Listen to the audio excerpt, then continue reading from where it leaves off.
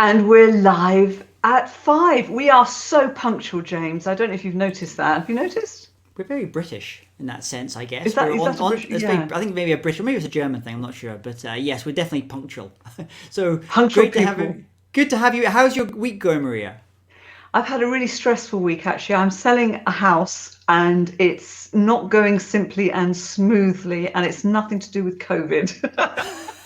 So yeah, so that's a bit stressful. But I tell you what, we've had 2 lovely days. We've had our company conference, London Speaker Bureau conference, and we've actually done it virtually, and it went really well. It was really good. Fantastic. I think I saw a Yeah, screen grab, a screenshot of that one of the London Speaker Bureau team put up. You all look very jolly in the video.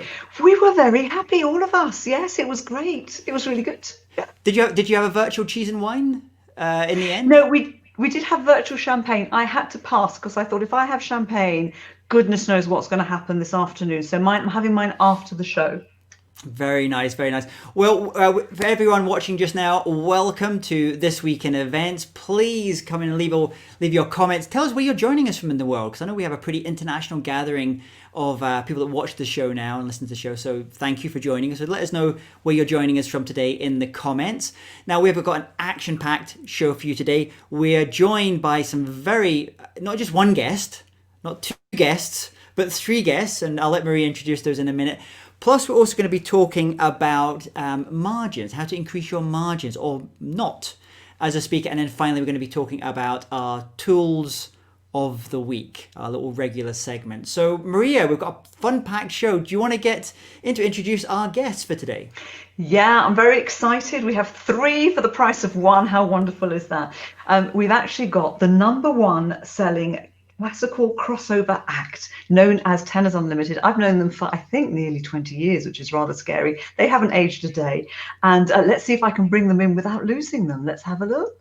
There's 1, 2, and 3. Yay! Let's, yeah, let's move around so we can put them together. Let's see if I can do that. Are we doing that? It's not happening. Oh, yes, it is. We've got 2.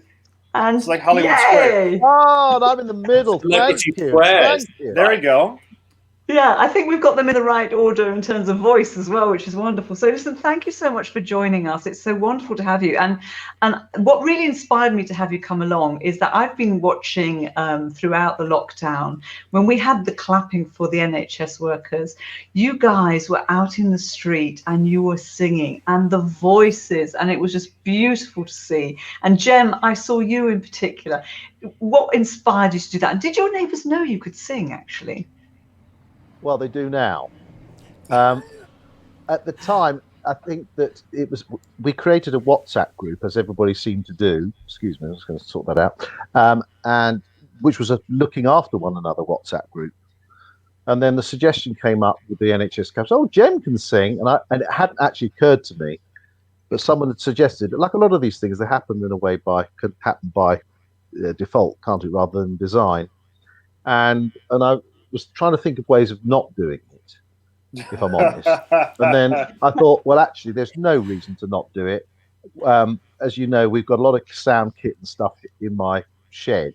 So there was means by which to chuck it up out the front in the street, blast it down both ends of the road. We're in quite a quiet road, which is fortunate. I don't think we did it for the whole 10 weeks of lockdown, or the whole 10 weeks of clapping every Thursday night, just after the clap. And I don't think we, excuse me, my phone's going. I don't think we ever had one car come down the street. So we were very lucky like that. And then, so once it started, but then it created its own momentum and seemed to take off very, very quickly. And it seemed to be that I was one of the few at the time in the initial stages doing that with Paul. Paul came along and he was doing it in his street. But it seemed that it was quite an early thing, and the local community. I live in Surbiton, just in the suburbs of London, and they came in with. We've got a newspaper, the local paper called The Good Life, which is obviously after the TV series, and they were all over this thing. They said, "Oh, blimey, they've got this guy singing in the street," and they want to do articles on it. So it was all great. You had a million hits, didn't you, Jem? It became very popular, but I think what happened is if you chose the right song, there's a sort of algorithm that says, hello, there's a lot of people, and people were looking for this sort of stuff at the time, at the early stages. It remained popular throughout, but there was a real sort of high point about 2 or 3 weeks in when everyone was absolutely just searching the web for things to hold on to, and I had to sing "You Raise Me Up," and that was a very, very popular song that night. And woke up the next, because my kids were all like, "Dad, it's had 50,000 hits. Dad, it's a." We woke up the next morning and had something like 200,000 hits, and it went on and on and on, which is great. You know, you do these things just for fun. You're so famous, Jem. You're yeah, awesome. I know. I don't think so. My youngest son did point out to me, said he showed me a picture of a golden retriever, and he said, "Dad, that's been up for 10 minutes and it had like 500,000 hits already." So if I'd sung with a golden retriever, I'd have probably done even better. You did. We'll get to that in a minute. Hey, Paul, are you calling from the bathroom at the Ivy? No, I bought Liberace's old house. Oh, okay. It's super colorful because I obviously haven't been to see your house in a while. So hey, I've had nothing to do for the last 9 months. The entire house, I think it looks fab. Maybe this is a common thing. Every musician and speaker in the land has suddenly upgraded their living rooms just now. Very, very nice houses. But I know one of the other things that you did was you added a new kind of service. This is something that some of your clients were asking you for, which is a dedication service. So I'm going to play the video just now. There's no audio in it, but I'd love for you just kind of talk us through what this was, how it came about, and actually how it works. Well, people wanted songs. Obviously, there was obviously appetite, for music because obviously Jem demonstrated that. But they wanted us to sing for them. Obviously, we couldn't sing together. As you'll see, we did split screen and recorded them individually, edited them together as live. And they were individual songs, and we would say, "My mum's 90, I can't get to see her. We saw you in concert 5 years ago and she's still talking about it. Can you sing this song and dedicate it to her?" So we'd say, happy birthday. And we did it for people in America, Germany, all over the world. We did some in foreign languages. We did one we dressed up in full cricket gear. For one, you'll see that in a minute. Yeah. So I guess the point was we've always serenaded people all the time. I mean, it's sort of what we do, and it was just figuring out a way to continue on doing that through lockdown. And we had done a couple of a few things like a few things like this, and Paul was kind of like, well, let's see how far we can push this and roll it out. And it had a great, especially during the beginning, I think, when people were really unsure of what was going to happen. Yeah. And it was really, really popular. It was really good. Just in time for Christmas. A learning curve as well. Things like audio I never knew existed and things like that. They're fantastic in time for Christmas. It's a really good idea. Yeah. So listen, here's a question for you, because obviously I've been watching the live performances like Gary Barlow with Robbie Williams and various others. You guys haven't done that live. Was it not real, or were they not really singing live? We're not sure, but we think given our expertise in this field that exists, you mean a car crash rehearsal? We don't think it's possible, because you can sometimes jam with two people, just about. Sometimes, like Broadway World, they've been doing a pianist playing with a singer, for example. Now, if the pianist just stays behind the pulse, or however they want to do, because you've only got one voice, you could sort of almost just convince people it's fine. But the moment you add two voices, as we're going to show you, we could probably do Happy Birthday or something like that. Should we do that? I'll show you how bad it is. And bearing in mind, we've sung together nearly 20 years, and we're normally pretty tight. Pretty tight. Maybe not right now. Then. Ready? Here we go. 3, 2, 1. Happy birthday to you. Happy birthday to you. Happy time here. But was that enough of a car crash to illustrate? It normally sounds like a birthday party. Yes, it does actually. Experience. But that was, we figured that out very quickly, that at least for us, that the best way to do it, to retain any sort of quality control, was really to record these songs with an earpiece separately together, and then and stitch them together, and really it was as live. So I would say that yes, most things that you see out there are probably done in the same way, just because otherwise I don't know how you would keep it in time. I really don't. Well, for example, my wife's in a choir, and that as an amateur choir, but they've been doing lots of things. They did a concert for VE Day, and I think that's symptomatic of what everyone's doing. They put the track in their ear, they sing to it, send it to the producer, who's somebody who's technically savvy, and then they'll use all, say, 50 voices if they can, and bits of video, and put them all on a screen. So it's all post-edit. To try and do that live is near on impossible. So unless someone out there that can tell us different. So something I guess you share with probably a lot of people watching the show just now. And welcome everyone. I know we've got people here from Bridge of Allan, which is in Stirlingshire in Scotland. And David, I don't know where you're joining us from. Wherever you're joining us from, welcome. But something you share with speakers is that you both you'll go on stage, you tell stories in a slightly different way, but you're using your voice. But your voice is also your instrument in the same way that speakers are. So I know a lot of speakers I've been talking to recently, they've been struggling to keep match fit for when they do eventually start going back to speaking on stages again. They're kind of worried that maybe their voice is not going to be as strong and as powerful, and their body's not going to be in the shape it needs to be for traveling and speaking again. So what are you doing? How are you keeping your voice in tip-top conditions?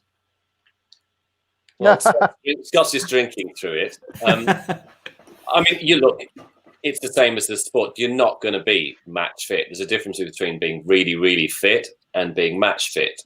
I mean, you can prepare just as well. I think you have to rely on the years of training, hopefully, and your basic technique will always be there. But, after your first gig back, you're probably a bit more tired than you normally will be. But just carrying on looking after yourself and getting plenty of sleep and just doing those things, but not panicking. The worst thing for the voice is anxiety. Everything just tightens up, and then you start giving yourself psychosomatic sore throats and things like that. Just say, trust yourself. I've done it before. I'll do it again and get back straight in. But interestingly, Eddie Jones, the England rugby coach, said that while they were in lockdown, all his players went off. They were given personal programs to do on their own, obviously because they couldn't train together. They came back fitter than ever. So interestingly, the motivation to prove that you are fit when you come back is possible if you're inspired in the right way. I took myself back to school actually because it's been an opportunity to learn lots of things, isn't it? And so it's very easy to settle on your technique as you get older. You think you know what you're doing, but it's always good to try and relearn. And I just wanted to check things because particularly listening to myself back on things like in the street, I was a bit casual possibly and thinking I need to just take myself back to school because we travel around, we're singing. I bet there's a lot of speakers out there thinking I'm tired. I've been speaking. And so how can I go back to basics and reset myself? So that's what I've done alongside trying to find other income levels. So like teaching and things like that. Teaching is a very good way by which to discover what you're doing right and wrong as well. But I certainly think that one thing I did, my new discoveries did find was that anybody watching, one of the best things to warm up a voice is a raspberry. So I will show you quickly. Anybody wants to warm up. David Harkin, I hope he's watching. In London. You'll often see singers do all this sort of ma, but the motorbike like this is excellent. But some laryngologists did some tests, and the best exercise to warm any voice up is a hummed raspberry like this. Now, obviously, you don't want to do this in anyone's room. It's not COVID friendly. Or live on the internet. But honestly, try this and let's do something like Amazing Grace, for example.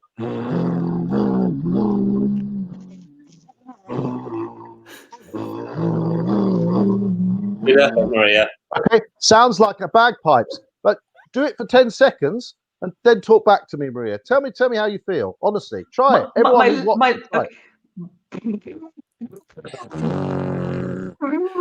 I can hear those articulators going. Can you do this one?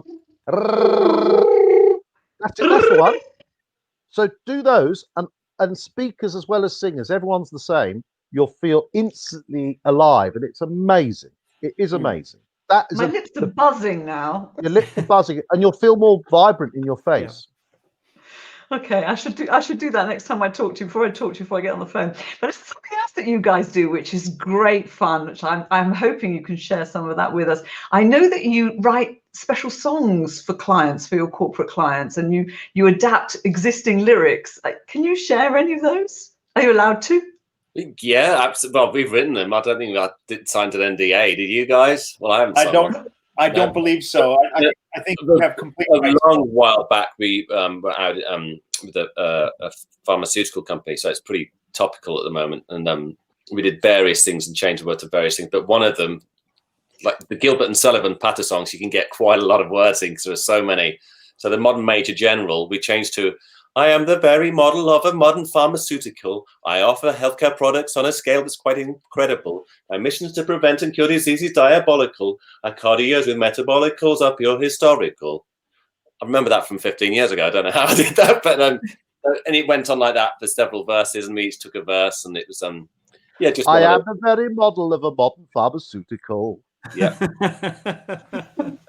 That's fantastic. So any company could have a song. That'd be awesome. But this is great, because I know they used to do this in the 1930s and 40s in New York. They used to go up to they used to take some employees up to like the Catskill Mountains and these kind of resorts and camps, and musicians from the West, from the Broadway, and they would like be proper musicians and composers and songwriters.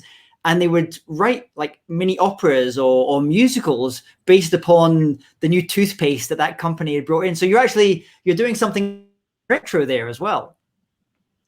Yes, I mean, and even later, I mean, those famous footage of George Best smoking cigarettes and doing keepy ups. He smokes menthol cigarettes to help him concentrate. So that sort of thing. I mean, I think everybody had their price, didn't they? Yeah. Yeah, absolutely. So when are you guys going to be? Sorry, I can ask. When are you guys going to be performing?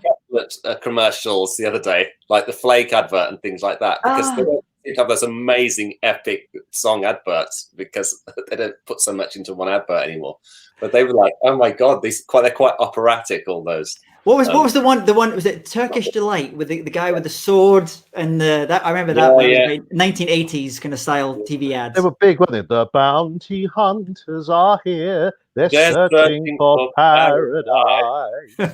All that sort of stuff. Only the crumbliest, flakiest chocolate was good. It's like kind of a rock. Well, it was rather sexual, I seem to remember as well. Mm.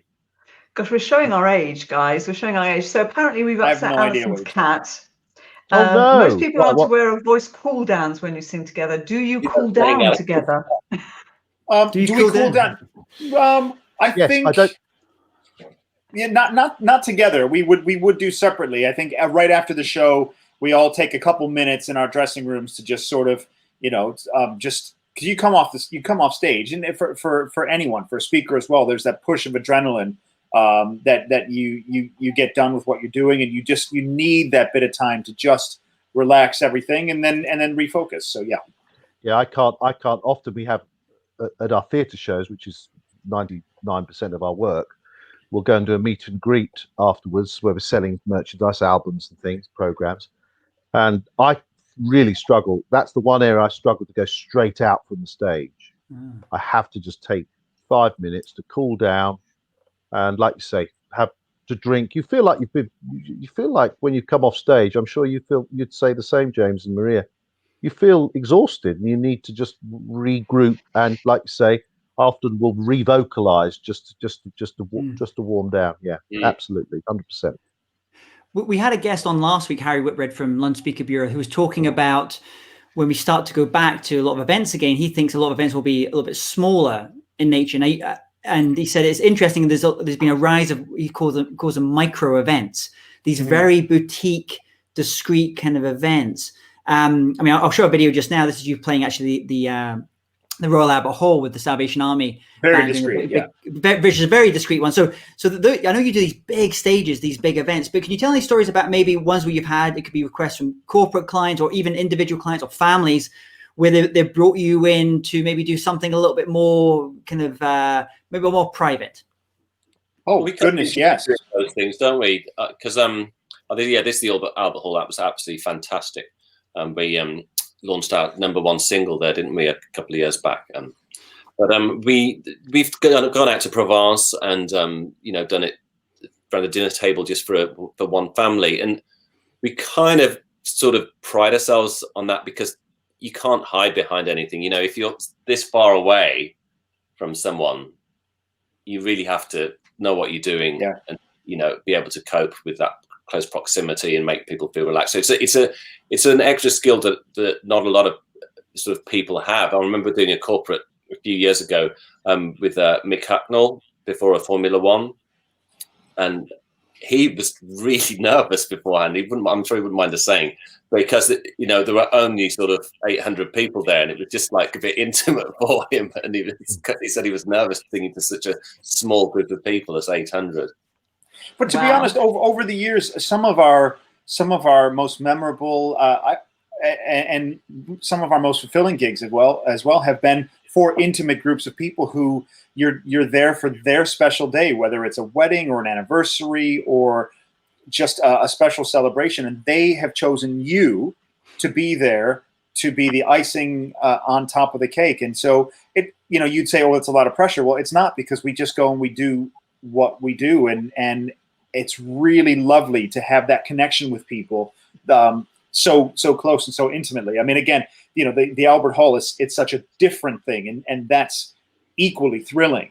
But yeah, our very intimate gigs over the years have been, you know, as Paul said, Provence. We've gone out to Italy so many times for people, up to Scotland a ton of times. So it's those are really, really great gigs to do. But even locally, so we're singing in the front of someone's living room could be as more profound for them in that environment than and for us, as if it's someone's birthday or somebody's 90 or they're celebrating something they're quite infirm, so they've got to do the party in the house, something like that can be very, very moving for us as well.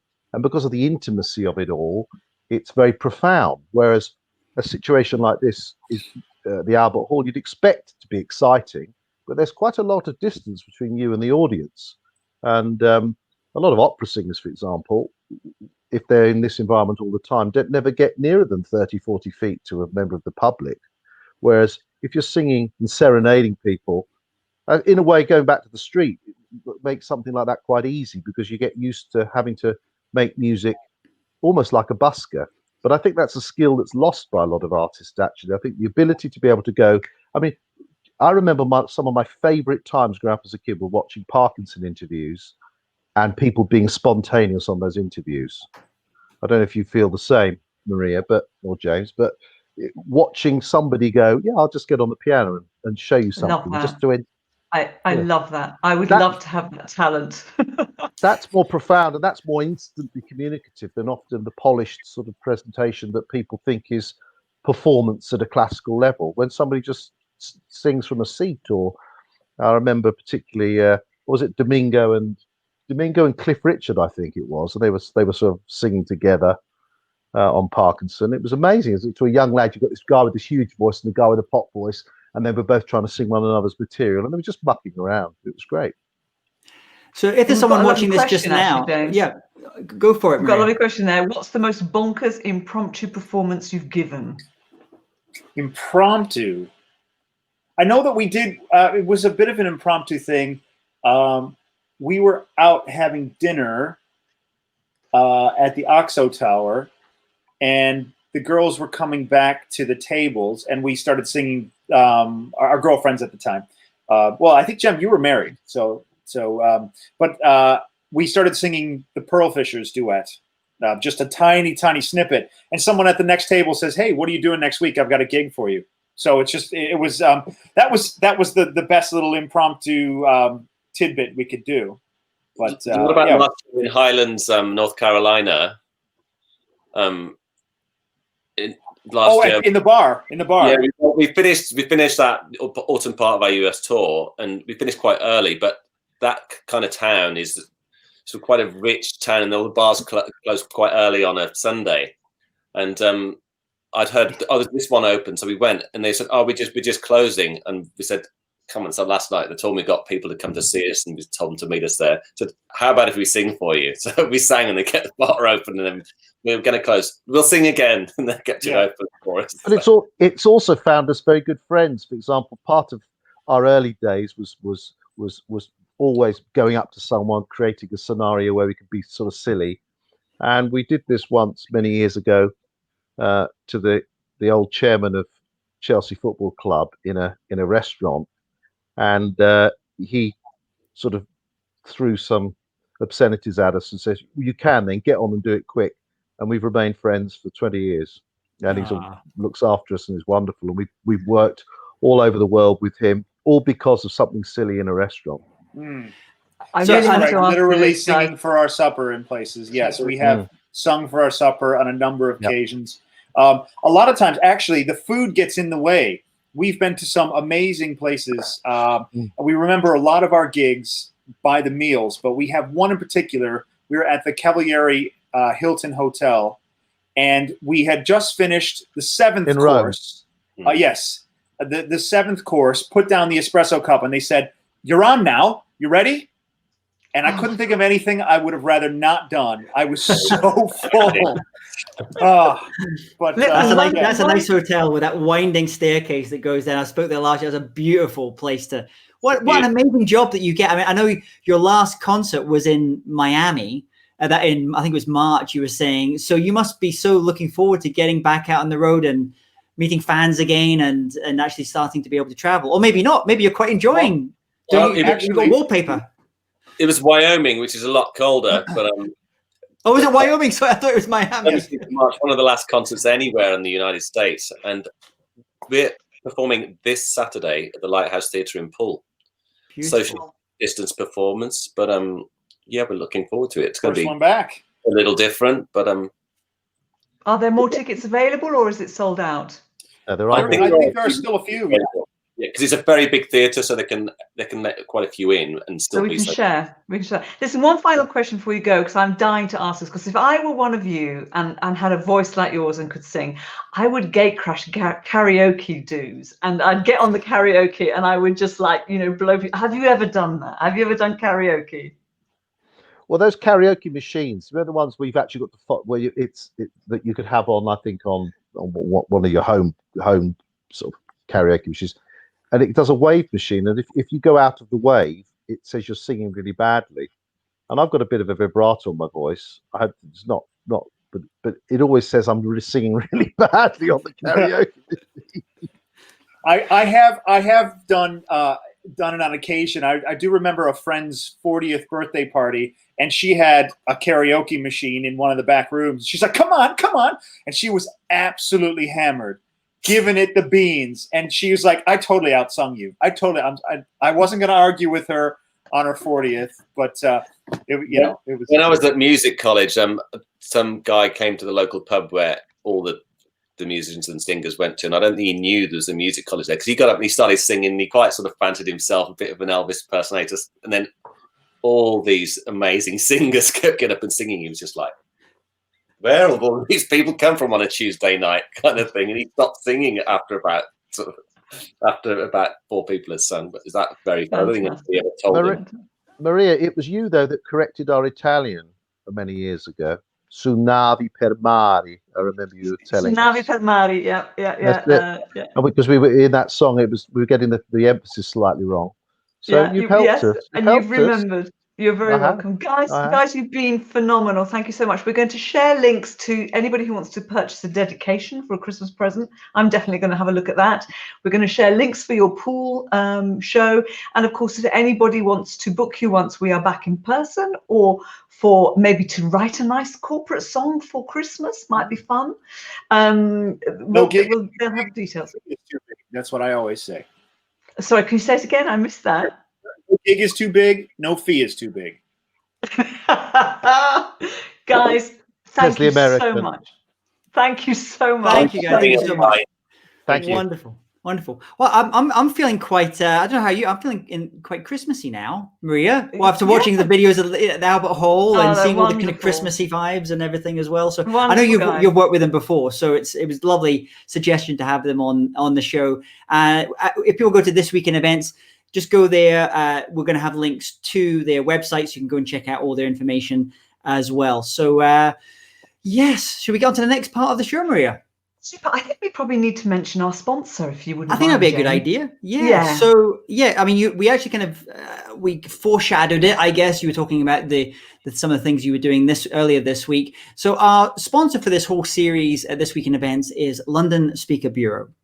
London Speaker Bureau is the only global speaker bureau. They have offices in 18 countries around the world. They represent some of the most amazing keynote speakers, subject matter experts in the world.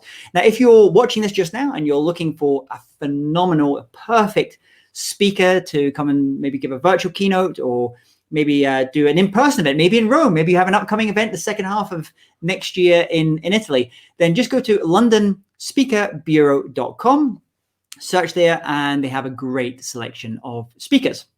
Including Tenors Unlimited, of course. Including Tenors Unlimited as well. Fantastic. So we were having a chat, I know, during the week, and we have a slightly difference of opinion about this next topic. And it's the idea about how I was doing a thing yesterday with my Speakers U members, and I was talking about the 21 trends and predictions for 2021. And one of the ones I was speaking about was really about speakers. Now, we've gone through all this stuff with virtual, and about how now we start to increase our margins, get those numbers, because often for virtual, as we were hearing last week, sometimes, but not always, maybe the fee's a little bit less than if it was in person. So I was sharing ideas on that about ways that speakers could increase their margins, increase their profitability for these. And so we can maybe talk about some of these, but I know you have a little bit of a challenge sometimes with speakers trying to add additional services on.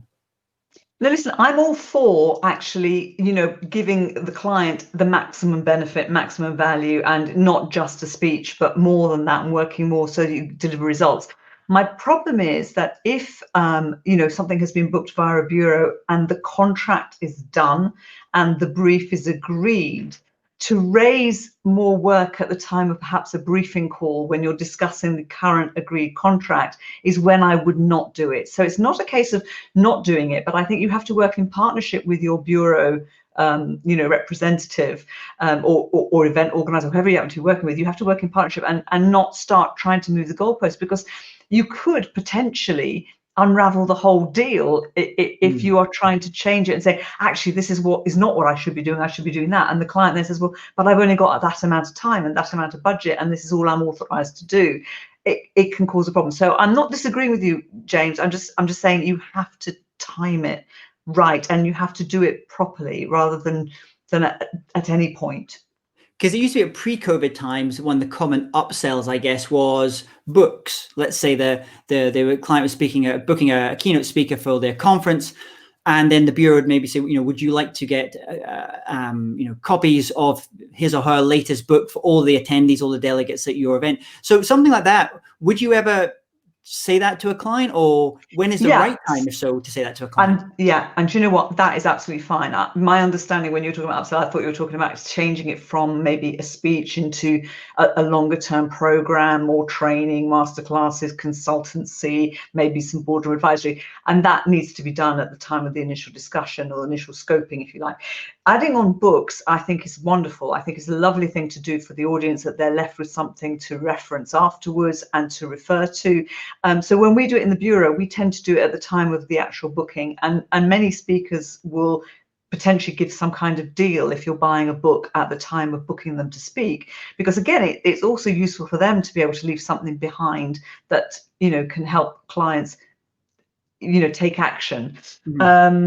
It's harder to do it afterwards. And also, normally, if you're working through a bureau or organizer, at the time when you're normally getting together to speak to the client, it's the time when you want to be talking about content and talking about the event. They don't want to be sold to at that point, really. They've made their purchase, if you like. It was interesting. I was talking with a speaker this morning, and he was sharing that he just got confirmed to speak for a technology client, and I think his fee is, I'm going to say $20,000, but he was able to sell them or cross-sell them, I'm not quite sure when in the process, to $100,000 access to his online courses for all the attendees that would be going to this particular event. So ended a 20 grand deal, ended up being a 120 grand deal. The The other ones I hear quite, I think I've seen more commonly recently. One is if for communication speakers that specialize in communication skills, especially just now with all the virtual thing on, I'm seeing a number of my members, Speakers U members, if that's their topic, upsell with something along the lines of, listen, I'll come and give this keynote, this is the fee, and they agree that. And they said, hey, what about I give some training to all of your internal speakers, your executives are going to be speaking at this virtual conference on how to deliver the best personal virtual presentation for there. And then that was quite often something that's a really easy upsell for a communication speaker. So I've seen that one go on, which kind of makes sense. I guess it feels quite natural. The other one I've seen is we were talking about this last week with Harry Whitbread, talking about pre and post content and being very specific, like social media posts as well. And this is a new one. And this has only happened relatively recently. And this would normally happen with if you're working with, I guess, an event organizer, a really good meeting planner, meeting professional, because sometimes those people are not coming into virtual events now. I'm finding a lot of speakers are being asked by their clients, listen, you're doing these events all the time. Could you maybe give us some advisory or consultancy on how to improve the engagement of this overall event, or how to maybe do some exercises or some workshopping as well outside of their main presentation or their keynote or their workshop that they're doing? So these were just a couple of ideas. I absolutely agree with you. It's like knowing when in the process, when it's applicable and when it feels right, and essentially when you're serving your customer best. Absolutely. And it's all about making sure that you are, delivering the outcome for the customer. So if it means that that's going to be a better outcome by delivering it in a different way, really important. But if you're working through a bureau, you definitely need to be speaking to your bureau partner and working with them. And the bureaus, are very keen to deliver the best results they can for customers because they want to retain their customers. A lot of competition out there. So yeah, absolutely. So no, very good, very good. And yes, we should all be upselling because we're in selling, you're serving. So absolutely. So we're coming to probably our final part of the show today. We've had I'm quite feeling Christmassy. I might go and get the mulled wine out. The Christmas trees arrived, so I'm going to go and decorate that this evening, I think. But before we finish up, let's talk about our tools of the week. First of all, describe, if anyone's not watched this show before, what is our tool of the week, Maria? Okay, well, our tool of the week officially is an app or a gadget or a tool that we're finding useful. I always add on the end, or a person who's a total tool, but we've never actually named anyone, have we? Because we don't want to get sued. And so we do that off air. So yes, have you got an app or a gadget or a tool that you are using? It's just out of shot. Let me pull it in just now. It's this. This is... I'd probably not get it in focus. It's a Rode Go microphone, and this is the transmitter with the lapel mic that you just kind of place on here, and then there's a receiver that goes into the back of your computer, and it just means that you don't have to have anything connected. Obviously, you can use like big mics like this that we've got in front of us just now, but I like this. It just gives you a little bit of flexibility, and then also allows me, if I'm filming other videos, I can film outside as well. And these used to be really expensive. These Sennheiser and other companies, I think this was about maybe $200. I seem to remember around about that price. So these are great. I find these really, really strong, really good. You can go for meters and meters and meters and have this. So this is good if even when we start speaking in real rooms again, you could be wearing this and your camera could be at the back of the room with the other side plugged into the camera, and it's going to get perfect sound. So that's my little tool of the week. This is called a Rode Go. Is that battery operated? No, it's not battery. It's charged. You charge it. I think it lasts about 8 hours. So it's fine if you're giving a speech. So it's really. I want one now. Yeah. What about you, Maria? What's your tool of the week? My tool of the week is I suppose you could call it a gadget, really. It's something my father gave me because I don't know. Well, you don't wear glasses as often as me. I wear glasses much more often these days. I don't actually sort of, to see normally, but when I'm on the computer or I'm working closely with someone, and I've had some, people coming in and working with me, and I steam up. It's really terrible. My glasses steam up. So my dad got which is rather scary. But I'll tell you what, it works. My glasses don't steam up, and I'm safe, and I'm keeping other people safe. Some people have said that it's a bit scary, but anybody like it? Anybody got? I think I've seen stuff like that when I've been walking around Soho near Frith Street in some of the shop windows. I think yes. Really? Yes. Right? Or it actually reminds me I think it was the medieval times. They used to put these things on was it witches or women? They used to put them on to stop them speaking. So a bit scary. I'm not sure how I'd feel if you were sitting next to me on a bus or a train or something wearing one of those. No, That'd be a little well, I am quite scary to sit next to anyway. So anyway, I think it's the end. I think, shall I play our music out? Shall I play us out? Absolutely. Thanks everyone for joining us, and we'll see you again, same place, same time next week. Super.